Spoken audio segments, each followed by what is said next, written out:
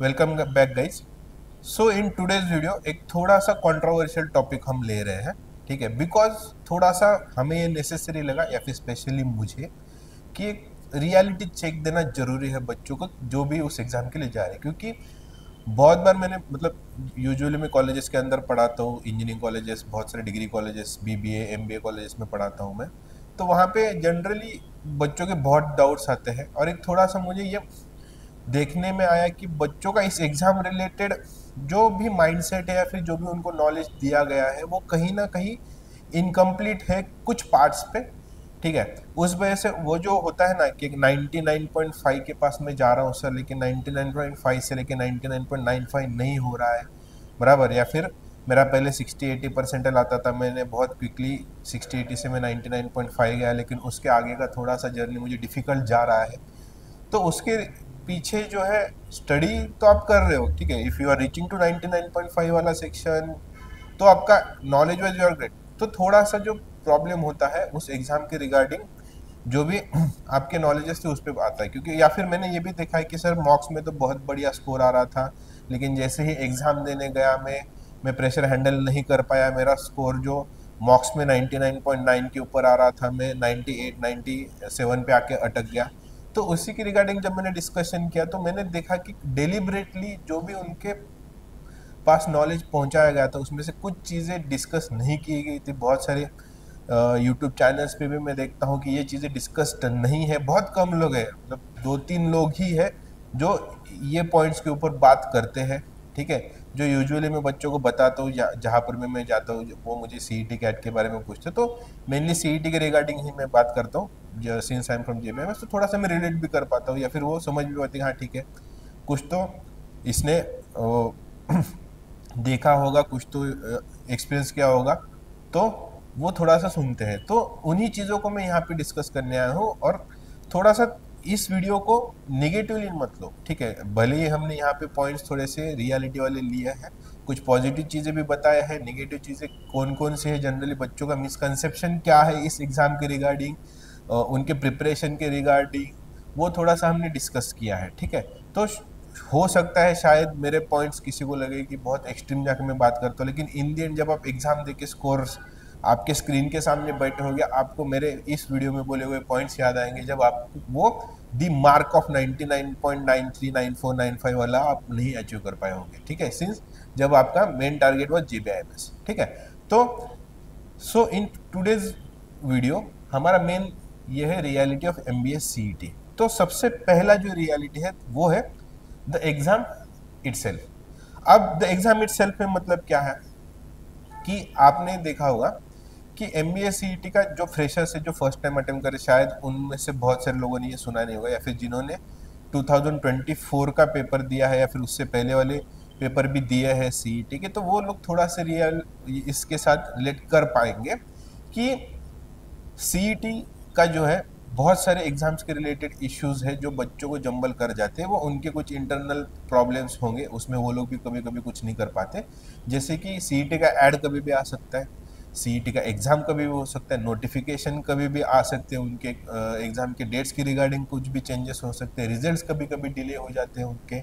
तो थोड़ा सा एक बच्चों का वो जो बोलते हैं ना कुछ लोग कि इमोशनल क्वेश्चन बहुत चेक करता है एग्जाम, तो जो भी यहाँ पे इमोशनल क्वेश्चन को अपने हैंडल कर पाता है उस स्टूडेंट का यहाँ पे स्कोर कभी कम नहीं होता, ठीक है। तो एग्जाम्स में और क्या क्या थोड़े से पॉइंट्स है जो हम यहाँ पे डिस्कस कर सकते हैं। तो सबसे पहले बहुत सारे मिसकंसेप्शन सीईटी के रिगार्डिंग है कि सीईटी बहुत ही सिंपल पेपर है, बराबर। मतलब कैट से भी सीईटी सिंपल है, या फिर आपको कुछ सेक्शन मिस भी किए तो भी चलेगा, आपको ये सेक्शन स्ट्रॉन्ग और इसका वेटेज ज़्यादा है, इसके रिगार्डिंग है। सीईटी का डिफ़िकल्टी लेवल फिक्स नहीं है।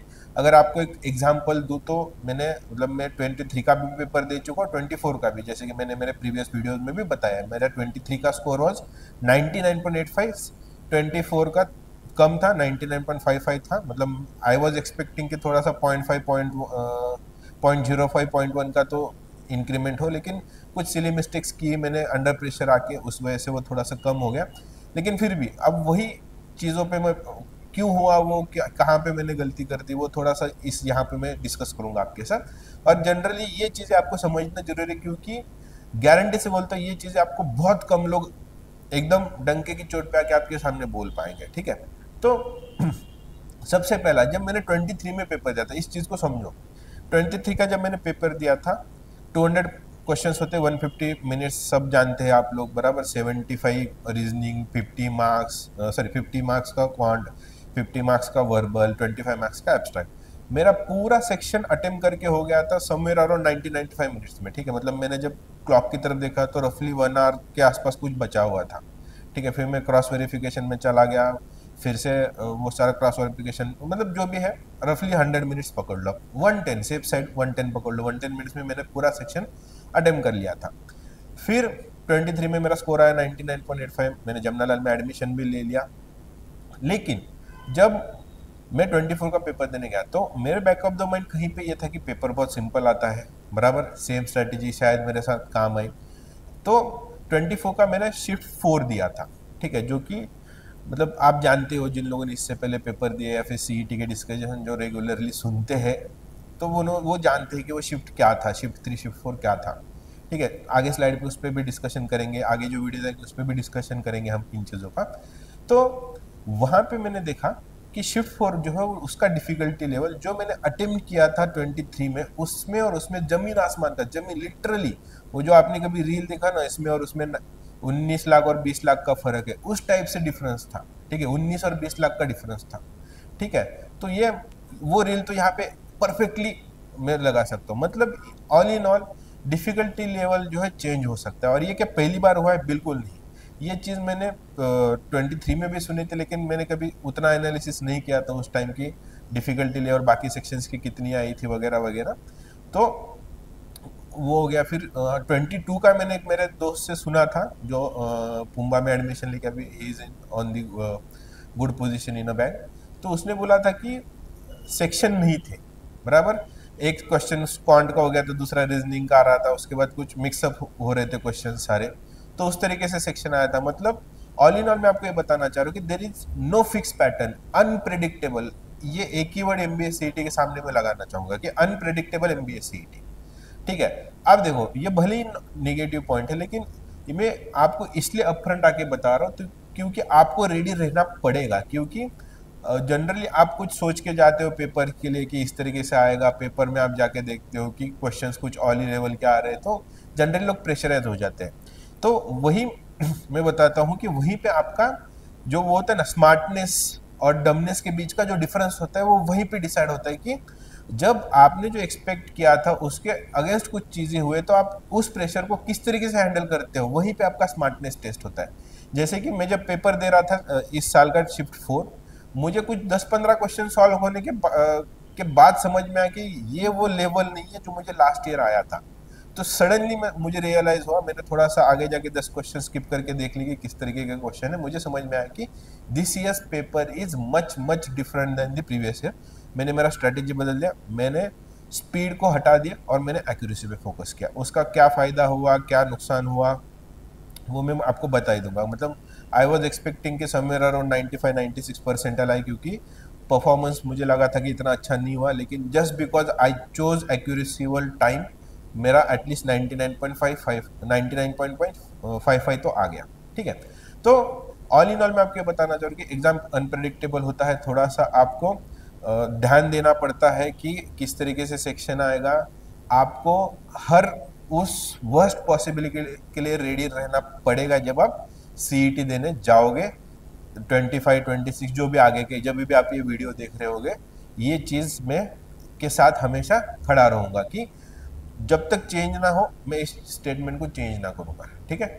नेक्स्ट पॉइंट इज की मार्क्स टू परसेंटाइल कन्वर्जन, ठीक है। जनरली बहुत बार मैंने ये सुना है बच्चों को करते कि सर मॉक्स में सर मेरा 150 प्लस जा रहा है स्कोर, तो 99.95 मेरा गारंटीड है क्या, मुझे ये भी मिल सकता है क्या। या फिर कुछ लोग बोलते हैं कि सर 120 मार्क्स आ रहे हैं, 150 नहीं आ पा रहे हैं, ठीक है, तो क्या मुझे ये भी छोड़ के कुछ और कॉलेज के बारे में सोचना चाहिए क्या। तो इसके लिए मैं आपको बताता हूँ कि there is no fix cut in terms of marks. Percentile का थोड़ा सा मैं बोल सकता हूँ कि 99.93-94 के ऊपर अगर आपको स्कोर आ गया तो यू आर इन, मतलब डिपेंडिंग अपन के कितने लाख बच्चे हैं। मतलब जैसे कि लास्ट जो मेरे बैच का सीन था वो 1.2 लाख बच्चे थे, तो 99.93 पे JBIMS मिल गया था बच्चों को, ठीक है। अब मतलब मैं जनरल कैटेगरी की बात कर रहा हूँ, बाकी जो रिजर्व कैटेगरी थे उसका तो 99.3 तक गया था, ठीक है, और भी होगा, मैंने इतना देखा नहीं कभी। तो मैं आपको एक चीज़ यहाँ पे बताना चाह रहा हूँ कि अगर आप ये पकड़ के जा रहे हो एग्जाम में कि मुझे 150 प्लस लाना ही है, ठीक है, तभी मुझे JBIMS मिलेगा, और इस चक्कर में अगर आपने कहीं पे एक्यूरेसी को जेओपर्डी में डाल दिया तो आपका परसेंटाइल कन्वर्जन शायद कम हो, क्योंकि भले ही निगेटिव मार्किंग ना हो, लेकिन जब नॉर्मलाइजेशन होता है तब एक्यूरेसी को देखा जाता है। आई बात समझ में? तो थोड़ा सा I will suggest you guys की एक्यूरेसी को बिल्कुल भी जेओपर्डाइज नहीं करना है जब पेपर डिफिकल्ट आए। पेपर सिंपल आए तो वहां पर तो एक्यूरेसी इतना डैमेज नहीं होता, टाइम से ही आपको सॉल्व करना पड़ता है, ठीक है। तो आई विल सजेस्ट कि थोड़ा सा इनके रिगार्डिंग जो भी मिसकंसेप्शन है, या फिर एक फिक्स कोई स्ट्रैटेजी रख के मत जाओ कि हाँ 150 प्लस ही चाहिए। क्योंकि मैंने मतलब जब मैं पेपर दे के बाहर आया, मेरा आदत है बाहर जब मैं पेपर दे के आता हूँ मैं एनालाइज करते बैठ जाता हूँ कि क्या हुआ इस पेपर में वगैरह वगैरह। मैं क्वेश्चंस चेक कर रहा था कि लास्ट टाइम जितने भी क्वेश्चंस आए थे और इस क्वेश्चन में डिफरेंस क्या था। तो डिफिकल्टी लेवल मतलब एकदम आसमान के ऊपर फेंक दिया था उन लोगों ने, बराबर, जमीन पे तो था ही नहीं, ठीक है।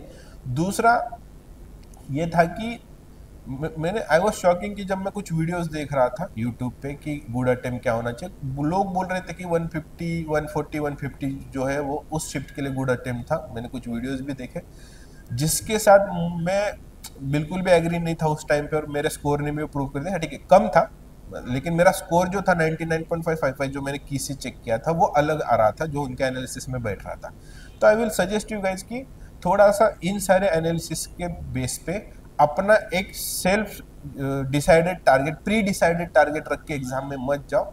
आपको वहीं पे आपको नॉन लीनियर थिंकिंग, ये चीज़ मैंने आपको पहले वाली वीडियोस में भी बताई है, थोड़ा सा आपको गियर शिफ्ट करना पड़ता है, बराबर। भले ही पुणे से लेके मुंबई एक हाईवे है, लेकिन उसमें उतार भी है, चढ़ाव भी है, गड्ढे भी है, सब है, आपको गियर चेंज करना पड़ता है। ओवरटेक करने के लिए कोई बीच में गाड़ी आई तो गियर कम भी करना पड़ता है आपको, स्पीड ब्रेकर आया तो ब्रेक लगाना पड़ता है। तो इतनी सारी चीज़ें आपको पुणे मुंबई जाने के लिए करता है, तो सेम चीज़ें आपको एग्जाम में भी करना है, ठीक है। कि पेपर का डिफिकल्टी लेवल अगर कुछ आया तो आपको थोड़ा सा स्ट्रेटेजी अलग रखना है। पेपर का डिफिकल्टी लेवल सिंपल आया तो स्पीड बढ़ाओ थोड़ा सा और एक्यूरेसी को साथ में लेकर, लेकिन स्पीड अगर डिफिकल्टी लेवल बहुत ज़्यादा है तो बिल्कुल वहाँ पे एक्यूरेसी छोड़ के नहीं चलता है, क्योंकि पेपर डिफिकल्ट है मतलब बहुत सारी जनता जो वहाँ पे अटकने वाली। क्यों, वो मैं आपके नेक्स्ट स्लाइड्स पे भी बता दूंगा। तो थोड़ा सा इन चीज़ों को अच्छे से समझो। मैं किसी को निगेटिव नहीं बोल रहा हूँ, किसी पॉइंट को मैं निगेटिव नहीं बोल रहा हूँ,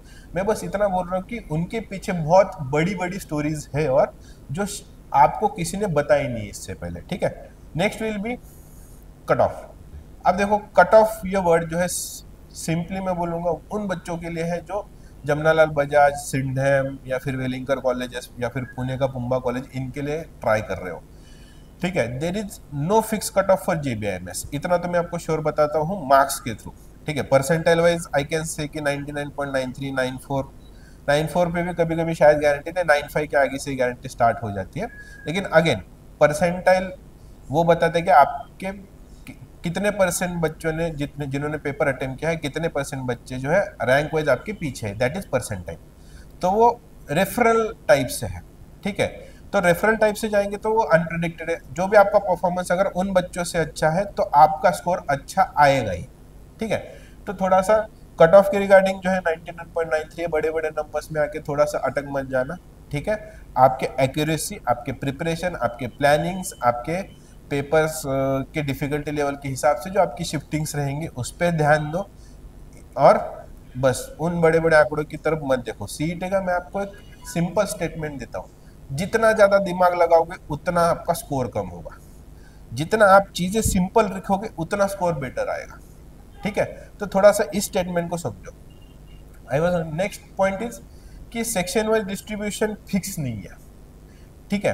अब इसका एग्जाम्पल मैं खुद देता हूँ क्योंकि मैंने पेपर्स दिए, और इसीलिए पेपर देता हूँ कि मैं बच्चों को मेरी स्टोरीज बता सकूँ कि क्या हुआ था उस दिन, ठीक है। जैसे कि 2023 में मैंने दिया था सेक्शन वाइज परफेक्टली बैलेंस था, 75 मार्क्स का रीजनिंग आया था, 50 के कॉन्स आए थे, 50 का वर्बल आया था, 25 के एब्स्ट्रैक्ट आए थे। इस साल जनरली मैं जब पेपर अटेम्प्ट करने जाता हूँ तो सेक्शन के नाम की तरफ मैं ध्यान नहीं देता, इतना नहीं देता, मैं क्वेश्चंस दिखा सॉल्व करना चालू कर देता हूँ। पहले कुछ क्वेश्चंस आए परम्यूटेशन कॉम्बिनेशंस क्या है, कुछ न्यूमेरिकल एनालॉजी वाले आए कि कितने नंबर्स है जिसमें रिपीटेटिव नहीं है, रिपीटेटिवनेस नहीं है, एटसेट्रा एटसेट्रा। या फिर एक क्वेश्चन था कि 7 a + 7 b is divisible by 5, तो how many pairs of A and B are possible. कुछ इस तरीके के क्वेश्चन थे। मैंने एक क्वेश्चन सॉल्व किया 10-15, मेरे को समझ में आया कि क्वेश्चन पेपर डिफिकल्ट है, लेकिन न्यूमेरिकल क्वेश्चंस बहुत है। जैसे ही मैंने नेक्स्ट क्वेश्चन पे गया, मेरे को पजल दिखाई दिया, बोले ये क्या हो गया कि अचानक से मैथ्स चल रहा था, पजल कहाँ से आ गया। तो मैंने ऊपर वाला सेक्शन पे नाम चेक किया, तो वहां पे वो दिखा रहा था कि लॉजिकल रीजनिंग का सेक्शन चल रहा है। मतलब उन्होंने क्या किया था, लॉजिकल रीजनिंग के सेक्शन में जो है न्यूमेरिकल्स डाल दिए थे। मतलब इतना तो पक्का है कि there is no fix number of questions for any subject, कुछ भी हो सकता है। लास्ट ईयर ये हुआ है, ठीक है, और ये पहली बार नहीं हुआ है। मैंने जितने भी मेरे दोस्त यार हैं जो 2019-16 बैच से पास आउट है जेबीआईएमएस, उनसे बात करी, बोले ये कोई फर्स्ट टाइम नहीं, इससे पहले भी हुआ था, ठीक है। तो इतना तो मैं बता दूं कि क्वांट का तो लास्ट टाइम ये हुआ था। पहले जो मेरा सैडली मेरा ये हुआ कि मैं वो कॉपी पेस्ट करके नहीं रख पाया जो किया आया था ड्यू टू सम रीजंस, लेकिन इतना तो पक्का था कि पहले 15 क्वेश्चन क्वांट के थे और फिर कुछ रीजनिंग थे और बीच में थोड़ा सा क्वांट आया था, ठीक है। इट्स एक्सपेक्टेड कि आप एलआर के बीच में पजल डाल रहे हो, उसमें कुछ डीआई आपने मर्ज कर दिया, दैट इज एक्सपेक्टेड, ठीक है, वो कर सकते हो। लेकिन आप सिंपल एक सिंगल क्वेश्चन डाल रहे हो, data sufficiency is acceptable to some point in LR, जिसमें आप क्वांट डाल रहे हो, ठीक है। लेकिन आप परम्यूटेशन कॉम्बिनेशन टाइप्स के क्वेश्चन डाल रहे हो जो एलआर सेक्शन में आ रहा है, तो थोड़ा सा ये कहीं ना कहीं वेटेज वाइज नहीं जाता है। तो ये मुझे एक पॉइंट पे ब्रिंग करता है कि अब बहुत से, मतलब मैंने भी देखा है कि, मतलब मेरा एक सिंपल स्टेटमेंट होता है बच्चों को कि if you are not planning for JBIMS through CET, don't give CET, ठीक है। अब ये शायद कुछ सीडनेम वाले बच्चों को बुरा लग भी जाए कि सर ऐसा बोल गए, ठीक है। अब इसके पीछे मेरा ये नहीं है कि Sydenham is not good, Sydenham is also one of the best colleges in Maharashtra, लेकिन उनके बीच में अगर आप करियर का जो ये होता है ना ग्राफ, उसका अगर डिफरेंस देखो ना जाता, तो आई विल से कि रफली 10 साल का तो गैप है, ठीक है।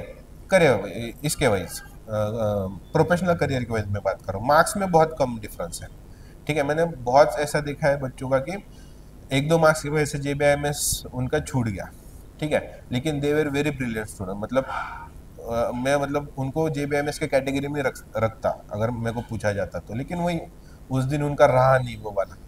तो अब यहाँ पे सीन ये है कि बहुत सारे बच्चों का मैंने जब बात की उनसे, तो उनका था कि sir my quant is not good, तो मैं एलआर से स्कोर कर लूंगा, क्वांट वैसे भी 50 मार्क्स का है, एलआर 50 मार्क्स का है, सॉरी 75 मार्क्स का है, तो वहाँ पे मैं ज़्यादा स्कोर लाऊंगा, तो क्वांट में कम आया तो भी चलेगा।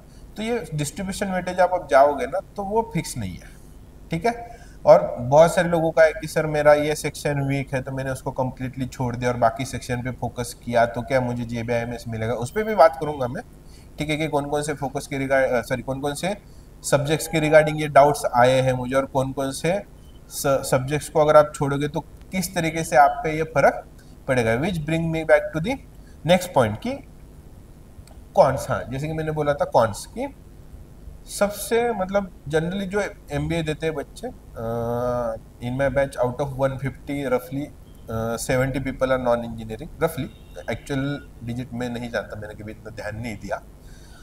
तो या फिर कॉमर्स बैकग्राउंड, बीबीए बैकग्राउंड से आते हैं, तो उनका एक होता है, मतलब मेजरली मैं मेरे बैच की बात नहीं कर रहा हूँ, वरना आपको लगेगा मैं मेरे बैच की बात कर रहा हूँ, ठीक है। बीबीए या फिर जो भी कॉमर्स कॉलेज के बच्चे होते हैं, उनका एक होता है कि हमें मैथ्स पसंद नहीं था सर, इसलिए हमने यहाँ पे आ गए, लेकिन अब फिर से हमें मैथ्स ही करना पड़ रहा है। तो क्या हम मैथ्स को स्किप करके अगर एलआर पे फोकस करें तो क्या हमें जेबीआईएमएस मिलेगा? क्वांट में हम 10-20 मार्क का कुछ इधर उधर करके मैनेज कर लेंगे, न्यूमेरिकल्स वगैरह करके, तो क्या हमें जेबी मिलेगा? तो मेरा स्ट्रेट फॉरवर्ड आंसर होगा नहीं। क्योंकि क्या है, जेबीआईएमएस जिस तरीके के एटीट्यूड को मांगता है ना, अब जैसे मैं आपको स्ट्रेट फॉरवर्ड बता ही देता हूँ, मेरा एज 33 है, ठीक है, मैं अभी जेबीआईएमएस में पढ़ता हूँ, लेकिन जो चीज़ें मैं मेरे करियर में from the age of 24 to 33 नहीं सीख पाया इन दो 8-9 ईयर्स 10 ईयर्स, वो मुझे जमनालाल बजाज में 1 साल में पढ़ा दिया जमनालाल बजाज ने। क्योंकि एक एटीट्यूड वहाँ पे वो लोग आपके अंदर इनबिल्ट डाल देते हैं ठीक है, आपको मजबूरन स्ट्रांग होना ही पड़ता है, इनर स्ट्रेंथ आपके अंदर वो डाल ही देते हैं, ठीक है। तो उस एटीट्यूड के लिए जो एटीट्यूड चाहिए, बराबर, उस एटीट्यूड में ये नहीं आता कि अरे एक सेक्शन मैंने छोड़ दिया तो सर चल जाएगा क्या, क्योंकि जिन लेजेंड लोगों से आप वहां पे पढ़ोगे, लेजेंड ही बोलूंगा मैं उनको, प्रोफेसर तो बोलते लोग, मैं तो उनको लेजेंड ही बोलूंगा, तो उनके सामने बैठने के लिए जो एटीट्यूड चाहिए वो ये एटीट्यूड नहीं हो सकता, ठीक है। तो आई विल से कि, और मतलब बहुत बच्चों को मैंने ये सुना है कि सर हमारे क्लास में जो सर थे उन्होंने बोला कि कौन छोड़ दे, एलआर पे फोकस रख, तेरा स्कोर हो जाएगा, या फिर अगर सीईटी का डिफिकल्टी हाई लगता है तो स्नैप पे फोकस कर क्योंकि स्नैप इजी है, तेरा हो भी जाएगा। लेकिन कभी भी एक चीज को याद रखो, अगर कोई पेपर इजी है तो वो सबके लिए इजी है, आप अकेले के लिए वो इजी पेपर दे के बाकी को डिफिकल्ट नहीं देने वाले वो लोग, सबके लिए इजी है, परसेंटाइल पे फर्क ज्यादा नहीं पड़ेगा अगर आप परफॉर्मेंस सेम रखते हो तो, ठीक है। इस स्टेटमेंट को दोबारा रिपीट कर करके सुनना, तब आपको इसका मीनिंग समझ में आएगा कि अगर पेपर इजी है तो सबके लिए इजी है, अगर आप सेम परफॉर्मेंस इजी और डिफिकल्ट में करोगे तो परसेंटाइल पे खास खास कुछ फर्क नहीं पड़ने वाला, ठीक है। तो पेपर सिंपल है डिफिकल्ट है उस पर आपका सिलेक्शन बिल्कुल भी डिपेंडेंट नहीं है, if you are a student who has prepared him और herself to the point कि जो उसको जेबीआईएमएस में जाना है, जेबीआईएमएस में ही जाना है, ठीक है। तो थोड़ा सा इन चीज़ों पे ध्यान दो, बाकी क्या करना है, स्ट्रैटेजी क्या होगी कैसे, वो हम हमारे नेक्स्ट वीडियो सीरीज में बता ही देंगे आपको, ठीक है। तो थोड़ा सा इन चीज़ों को अवॉइड करो, अगर कोई आपको बोलता है कि कॉन्स हेवी नहीं है, क्योंकि मैंने बहुत देखा है लोगों को ये बोलते हुए कि सीईटी का can't is the easiest, may be in opinion में से था कुछ, मैं झूठ नहीं बोलूँगा, ये ओपिनियन वाला मैं भी था।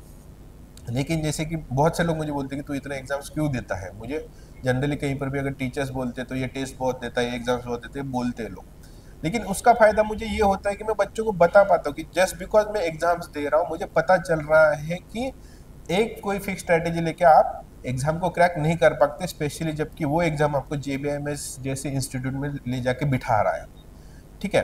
तो थोड़ा सा इन चीज़ों को समझो, आई बात समझ में। तो अवॉइड सच थिंग्स की शॉर्टकट्स वगैरह, ये मतलब कौन छोड़ दो, या फिर अगर आपको डीआई अच्छा नहीं है तो डेटा सफिशिएंसी पे फोकस करो, बोलने की बातें होती है, क्योंकि कुछ तो सोल्यूशन आपको देना है उन लोगों को, तो ये कुछ तो बोल के आपको हटा देते हैं साइड से, तो थोड़ा सा इन चीज़ों पे ध्यान दो। नेक्स्ट, हाँ, if you miss any section no JBIMS, यही पॉइंट मैं आपको पहले बोल रहा था कि आपने किसी भी सेक्शन को, जनरली बच्चों का होता है कुछ, मतलब महाराष्ट्र का एग्जाम है, ठीक है, ओपनली बात इतना कर ही रहे, तो जो बच्चे मराठी बैकग्राउंड से आए, जैसे मैं खुद मराठी बैकग्राउंड से आया हूँ, ठीक है, मेरा स्कूलिंग प्रॉपर मराठी पैटर्न में हुआ है। दूसरा, जब मैं टायर 2 कॉलेजेस में जाता हूँ पढ़ाने, तो वहाँ पे जब बच्चे बात करते हैं मुझसे, कि बोलते हैं कि सर मेरा इंग्लिश अच्छा नहीं है, I am not that good in English, मुझे वर्बल नहीं जमता, तो अगर मैं वर्बल छोड़ दूँ, काउंटर रीजनिंग पे फोकस करो, सिंस मेरा मैथ्स और रीजनिंग 10th मैंने अच्छे से पढ़ाई किया था, तो मेरा मैथ्स अच्छा है, रीजनिंग थेरेटिकल अच्छा है, तो मैं मैनेज कर लूँगा। Abstract reasoning, pictorial mirror images वगैरह है, तो थोड़ा सा इक्का दुक्का कुछ तो वहाँ पे लॉजिक्स लगा के आंसर ला दूंगा। तो क्या वर्बल छोड़ा तो मेरा जो है सीईटी में जमनालाल या फिर टॉप 3 कॉलेज, जमनालाल तो छोड़ ही दो अगर आप वर्बल छोड़ रहे तो, क्योंकि अगर आपका इंग्लिश अच्छा नहीं है तो एलआर तो हाथ से गया ही आधा, ठीक है। हाँ, तो जमनालाल तो छोड़ ही दो if you are planning to skip verbal वाला पार्ट। दूसरा, वर्बल के रिगार्डिंग एक मैं आपको बताता हूँ कि verbal is like general knowledge, वो मतलब क्या होता है ना, स्टैटिक, जैसे कि अगर मैथ्स में है 5+3 8 हो सकता है, 5+4 9, बराबर, चेंज हो सकता है अगर आपने यहाँ का डेटा चेंज कर दिया तो।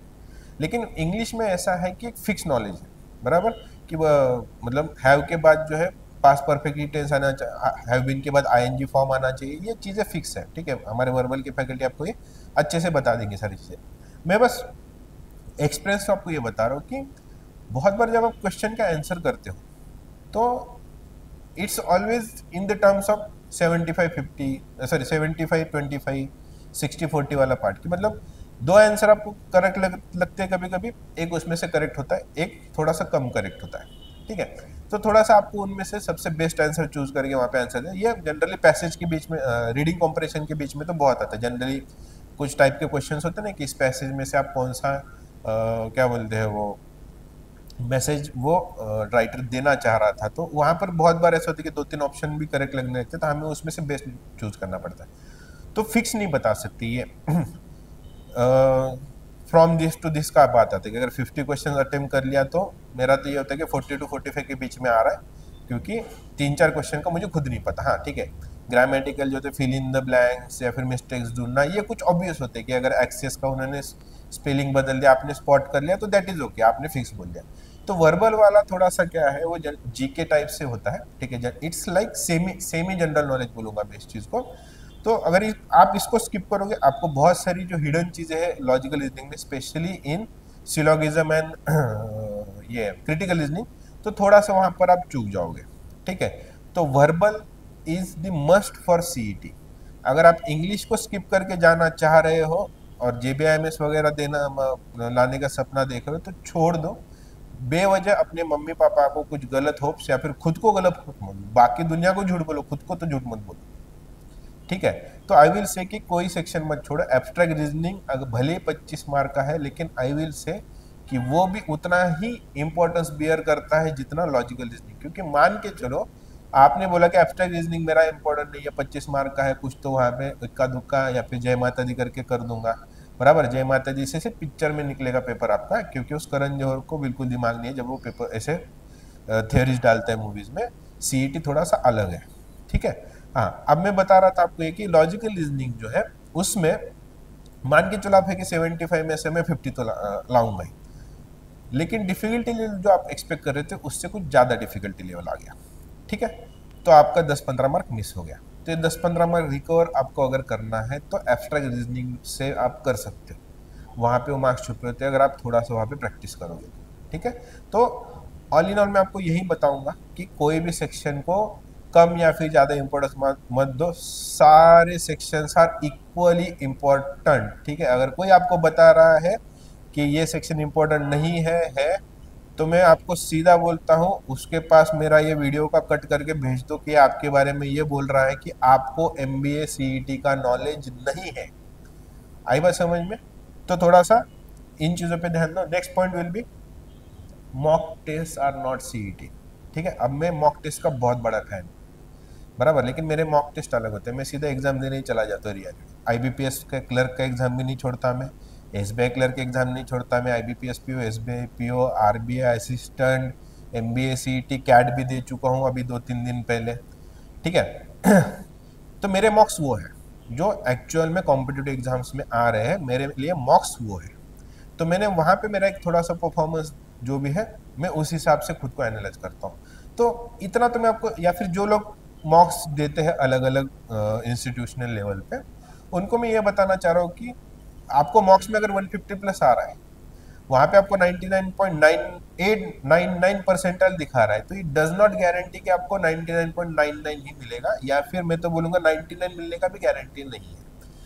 क्योंकि ये लोग एग्जाम्स के लेवल को इस तरीके से डिजाइन करते हैं कि वो प्री डिटरमाइंड नहीं है कुछ भी। जैसे कि 23 का 24 का कंपैरिजन मैं खुद बताता हूँ, ये गलती मैं अपने ऊपर लेता भी हूँ कि मैंने बहुत बार बोला था कि पेपर इजी आएगा, ठीक है, आप ज़्यादा डिटेल में मत जाओ, थोड़ा सा इजी रखो चीज़ों को।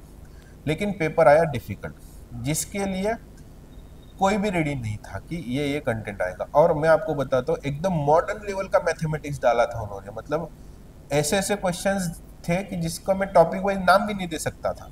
एक होता है ना कि प्रॉफिट एंड लॉस दिखाया कि इतने पे बेचा, इतने पे प्रॉफिट आ रहा है, तो जो है प्रॉफिट एंड लॉस का टॉपिक है, ए एंड बी काम कर रहे हैं 10 दिन के लिए, 15 दिन के लिए, ए छोड़ के गया, बी ज्वाइन किया 2-3 दिनों बाद, तो टाइम एंड वर्क का टॉपिक है।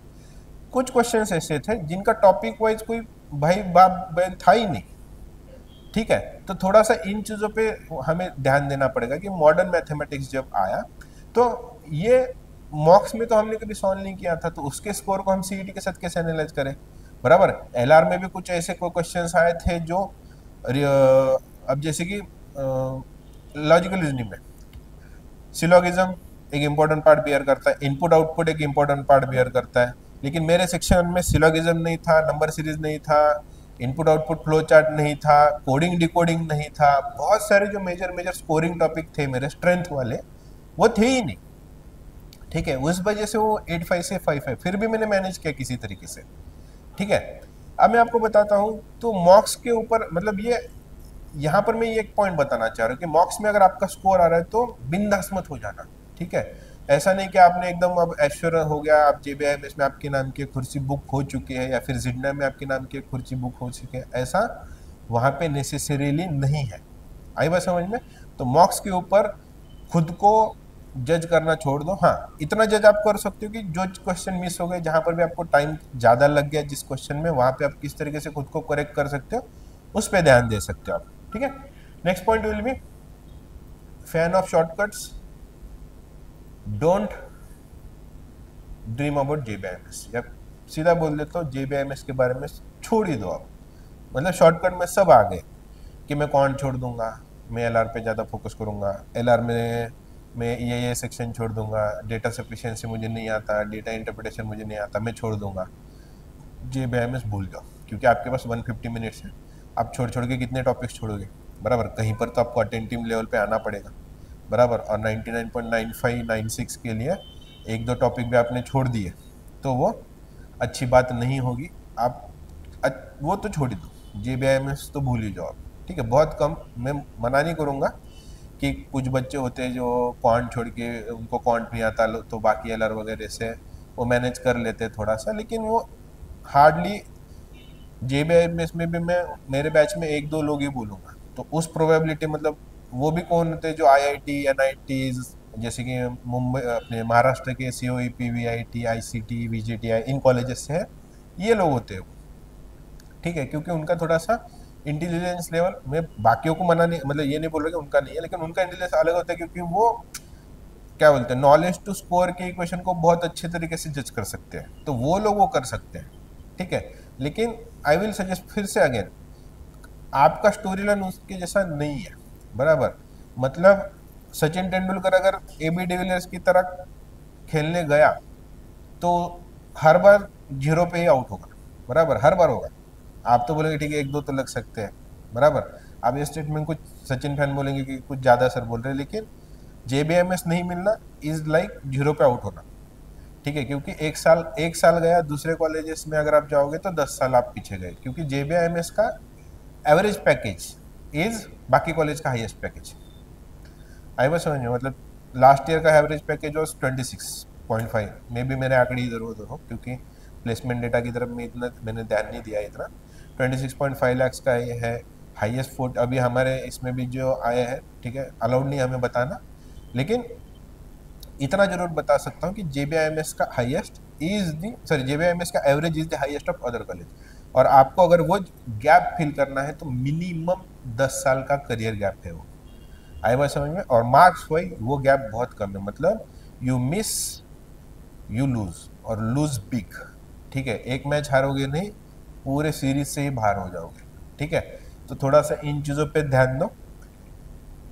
सो ऑल इन ऑल यही है कि जो भी मुझे लगा कि ये इम्पोर्टेंट चीज़ें आपके साथ डिस्कस होनी चाहिए थे, कोई तो चाहिए था, कोई तो ऐसे 4-5 लोग चाहिए जो आपको ये रियलिटी चेक्स देते रहे।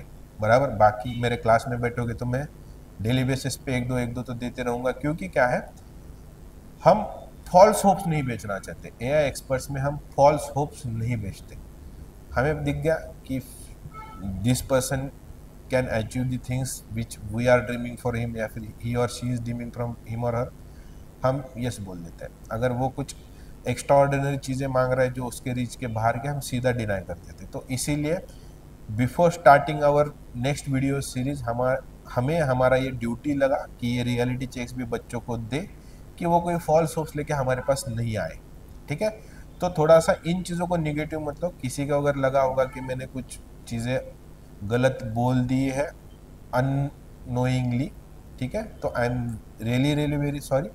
लेकिन प्लीज़ इस वीडियो के पॉजिटिव साइड को देखो, प्लीज़ समझो कि मैं क्या बताना चाह रहा हूँ यहाँ पे। ठीक है, और आपका डिसीजन क्विकली लो CET के रिगार्डिंग, और प्रिपरेशन अभी के अभी स्टार्ट कर दो। जितना डिले करोगे उतना आपका 0.01 से स्कोर कम, परसेंटाइल कम होते जाएगा, और ये रियलिटी चेक है। आई बात समझ में? इस चीज़ को मैं हमेशा बोलूँगा, जितना डिले करोगे उतना पीछे होगे आप। एकदम इंटेलिजेंट अगर कैटेगरी में आते हो तो ठीक है, उतना आप रिस्क ले सकते हो। जैसे कि मतलब, अब मैं खुद को इंटेलिजेंट नहीं बोलूँगा, मैं नहीं भी हूँ। मैंने विदाउट प्रिपरेशन स्कोर है मेरा। मैंने क्या बोलते हो मॉक्स, जैसे कि मैंने मॉक्स जो है मेरा वही प्रिपरेशन है, जो मैं एग्जाम्स देने जाता हूँ वही मेरा प्रिपरेशन है। मैं कभी ऐसा बुक्स लेके बैठ गया कहीं क्वांट के कोई क्वेश्चन सॉल्व करने बैठ गया, बहुत दिन हो गए मैंने ऐसा किया है नहीं। मतलब ऑनेस्टली स्पीकिंग, अगर मैंने कभी ऐसा सेक्शन लेके बैठा हूँ मैं तो कुछ 7-8 दिन पहले, ठीक है। तो मुझे बस देखना था कि अभी के जो कैट का लेवल है किस तरीके से चल रहा है, तो मैंने प्रीवियस ईयर के कुछ क्वेश्चन सॉल्व किए थे, दैट्स इट। मैं इतना ही पढ़ाई करता हूँ, ठीक है। तो आप अगर इस कैटेगरी में हो, इतना आपका प्रैक्टिस हो चुका है, तो बिंदास रिस्क लो, you are free to take risk on your career, ठीक है। लेकिन नहीं तो प्रिपरेशन स्टार्ट करो। That's it from this video.